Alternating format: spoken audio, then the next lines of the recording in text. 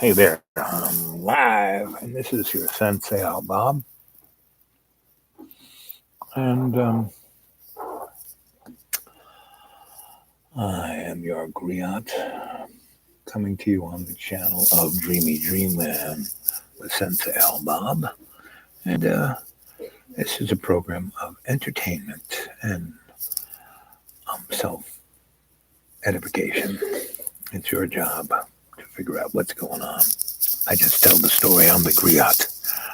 So here I am. I'm at the library, and working at this terminal, and I'm writing another little interesting thesis about alteration through adaptation, modification through correction, variation through continuation, transformation through perpetuation, revolution through propagation, conversion through dissemination, amendment through salvation. And what do you think of those? That's topics, right? I'm writing on the alternative aesthetic. And what I'm working on is creating a foundation for a digital platform that will be on top of the bones of the internet, the www, and on top of the bones of the .com, and be a revolution, because instead of you being a commodity within that digital platform, no one's going to be a commodity. Everyone's going to be all our relations, even the corporate dudes, even the hidden hand, even the powers that shouldn't be in the sock puppets. As I am observing our moment to moment, here I am under the death light of the fluorescent, even though the reality of the beauty of outside, look at that photonic light out there, and this is the incandescent. That's the difference, and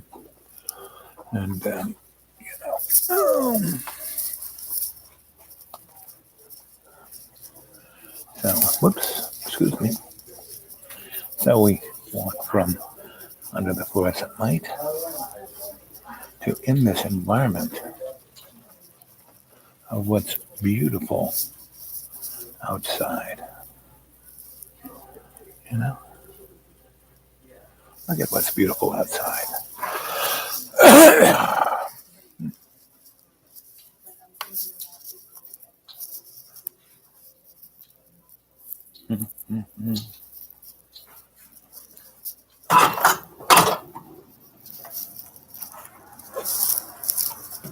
Look at this.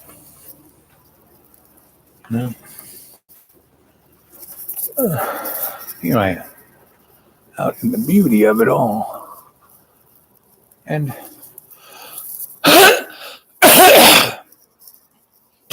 still coughing up the chunks, but it's getting better. I'll be all good in about a week. And by that time, I'll be out in the deep green for at least a month, if not more, probably till middle or end of July, because I have more procedures kind of towards the end of July, August. Anyway, and I'm working on other projects that I kind of need to be here to do. So anyway, I just wanted to show you what, how beautiful nature is, Look at that. This is our library, right? It's like beautiful. And this is that's the photonic world, and this is the incandescent world. This is the world that we're being given a choice to be in, maybe. I just wanted to touch base with you guys because I haven't since Saturday, and here it is Tuesday, Because when I go back to school, it's just problematic. I mean, it's okay. I mean, school's getting better and better, but anyway, it's hard to do a live chat and stay on um, the moment. But it's more performance art when I go at do the live chat up there at the school. Here, the library, I can be kind of focused, but I just wanted to touch base with you and say, hey, I'll try a live chat tonight. Okay? Okay. Let's see.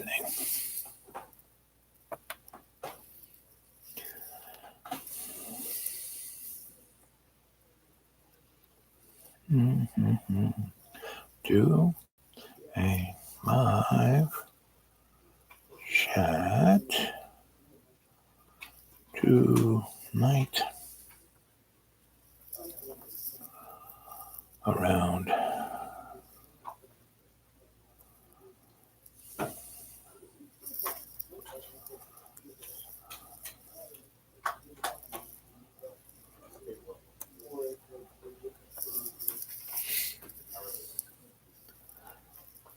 hey, ride, sweep and step. Yep.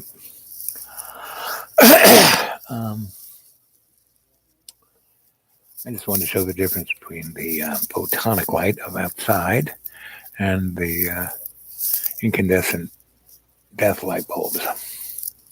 That suck everything out of you. And I've been writing, as I said, I'm working on the alternative aesthetic, and the categories I'm looking at was alteration through adaptation, modification through correction, variation through continuation, transformation through preparation, revolution through propagation, conversion through dissemination, amendment through salvation. What do you think of that, Ryan?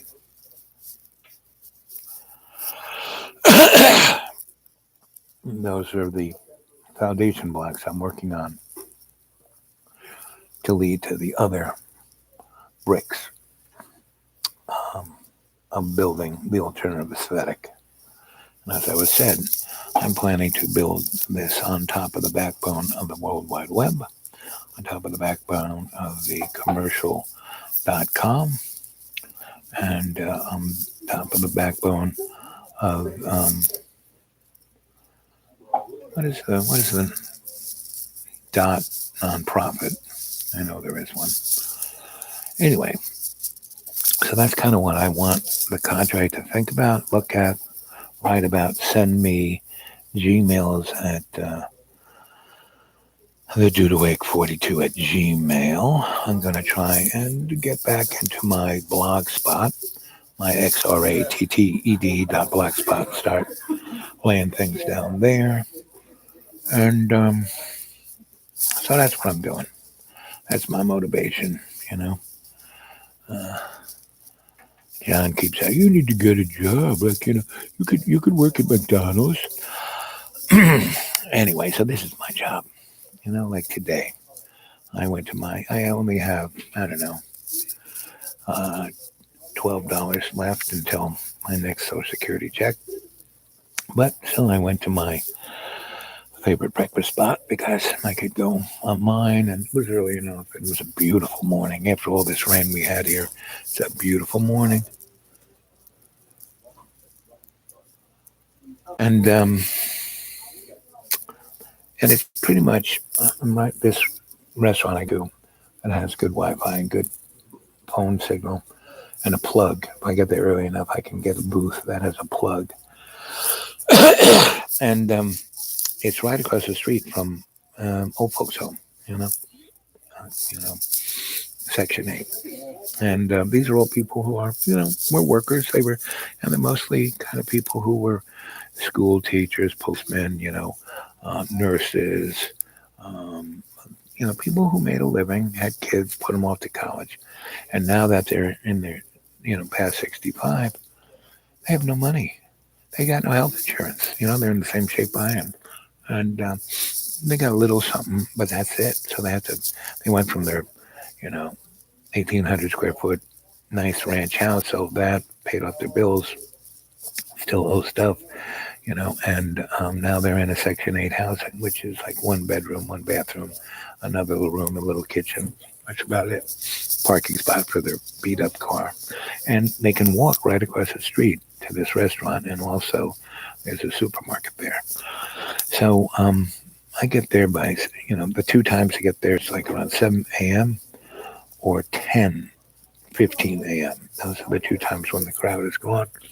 And anyway, I sit in my office, and there's two waitresses. One who has a real attitude, and the other who's really professional, great, nice, and she knows exactly what she's done.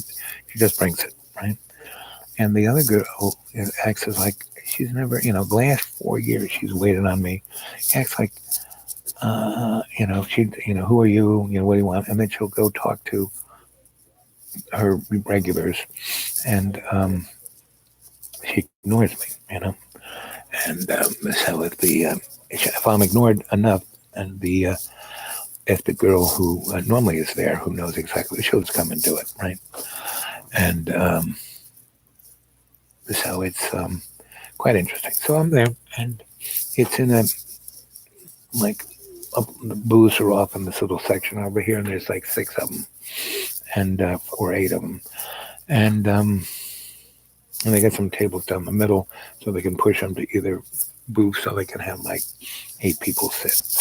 Anyway, so I'm in the corner in the front, next to my plug in the window, and I start writing away, and then people come in. I my little psychosocial cultural anthropologic persona. I listen to everything, and people who I think might be interested in what I might say, I start up a conversation. Because half the people know, they just, The Walking Dead, they want to be dead, they want to, just hate their life. But there are others who are kind of love their lives, even though they've kind of lost everything. Because it's like me, I've realized the simplicity of losing everything is quite good. And when you lose everything, you realize you got nothing to lose, and so nothing can take anything away from you, and then it's all good. So I had one of those little conversations today, and I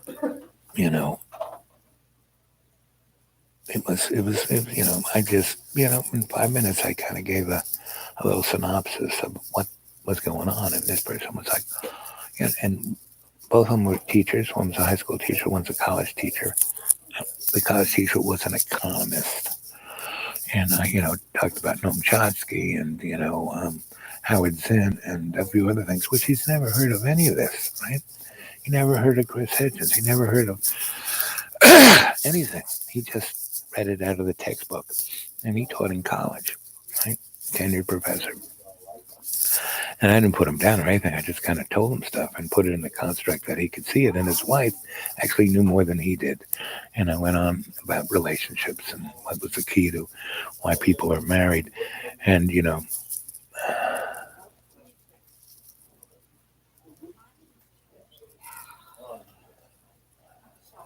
minute, my new details of the thread. Yep. I'm always looking at the threads. Anyway, so it was a good one. Then there was his mother in the library who just was annoyed with her kid, right? And she was annoyed with everything. And it was these computers sucked because unless you keep masturbating the mouse, it drops out. So I'm thinking, I'm writing, I write a whole paragraph, and then the computer drops out. It erases it. You can't find it. Anyway. And I asked this one guy, so no, that's how it is. But then I went to another guy, so no, I can just do this. And he put a little code in there so my computer doesn't drop out. Anyway, so she was kind of losing her shit, and the kid was like annoying him. And then she tried to print this document and wouldn't do it because, again, they don't make it easy here. Whereas the other library, I can, do things over the other library. But anyway, so she goes gets one of the kids from the desk, and they're trying to get it, and And the woman says, all they were trying to do is get my money. These capitalists. And I piped up and said, excuse me, but you're not in a capitalist society. You are in a plutocratic fascist state. And she, what's that? And the girl, this college student, she kind of, her little eyes light up, and I gave them 5-minute little thing about everything. And the kid, the 5-year-old, he was like mesmerized what I was saying. He goes, that's everything. My daddy says it's this, and you just said in 5 minutes exactly what I felt my whole life. The kid knew exactly what I was talking about. It's a kid. You got to read books. And I gave him a list of books. He wrote them down. And then the girl behind the desk got him the books. So instead of reading Dick and Jane, he was reading Howard Zinn, right? And the mother was like, but the kid went off and read the book and left the mom alone. She goes, oh, go draw on a napkin, And he was reading Howard Zinn. So that's my job, That's what I'm here to do. A, to spunk up you, the cadre. B, to every day in every way take the piece of the earth and make it strong by having conversations. So I've had 2 good conversations, 3, actually 5, because the other 3 folk behind the thing came over and talked to me. I read their palm. I gave them insight on who and what they are and what they should be. So what are you studying? Maybe you should study this. Anyway, and the guy who just told me, the computers can't be changed was, the manager, and he's, quote unquote, a computer scientist. Where the kids, 2 were high school kids, one's a college kid, and they were like way smarter than the 40-something-year-old guy who's the day manager. And he had a temper. Like, I read his palm, and he turned pink. Anyway, so here we are at 20 minutes. I'm out of here. I can go back to writing, and I will write with the insight that ride gives us. For when you see the strands laid out individually, you appreciate the minute details within the thread. Yeah, and that's what we're going to talk about tonight. And we will do I want you to think about what I've just said today. And I would love it if you come on board with some thoughts that you can bring forth, like Ride has, sweep and step. That was a first good thought. It seems self-awareness is the key to unlock those connections. Yep.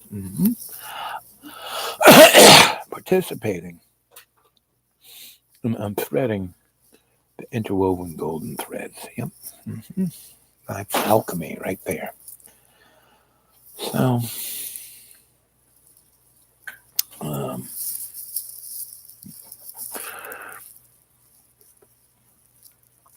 let's see. One of the main, thrusts of this have to be equipping others with the asymmetrical social media abilities, doing things the same way in the same way can only bring you failure.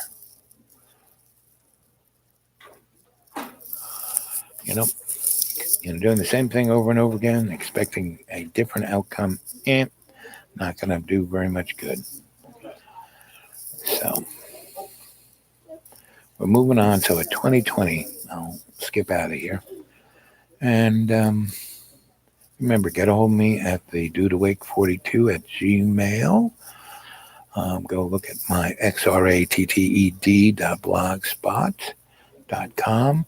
Like, subscribe, go get other people, in your own little neighborhoods. Go start a, Griot Sensei Out Bob Dreamy Dreamland watching club, a book club, potluck dinners, start your own salon, start moving and shaking. We're down to, we were at the 18-month period. We're now down to the 17-month period, right? And everyone's freaking out about Donald Trump. Donald Trump he's not the problem. He is the symptom. And every politician, we have the best politicians money can buy. Chomsky's manufacturing consent, limited in it is, it's kind of straight up, right? That, we have given, the media is the fourth wall. No, it's owned, just like the politicians are owned, just like the courts are owned. I mean, I took a great lecture from a Supreme Court judge at Georgetown, and he had his assistant write in big letters the word justice up on the blackboard. And then he goes, if I hear anyone use this word in this class, you fail. And he said, erase it. And she erased it. And then he goes, put what I told you to put up there. And she wrote these 4 big, dollar signs,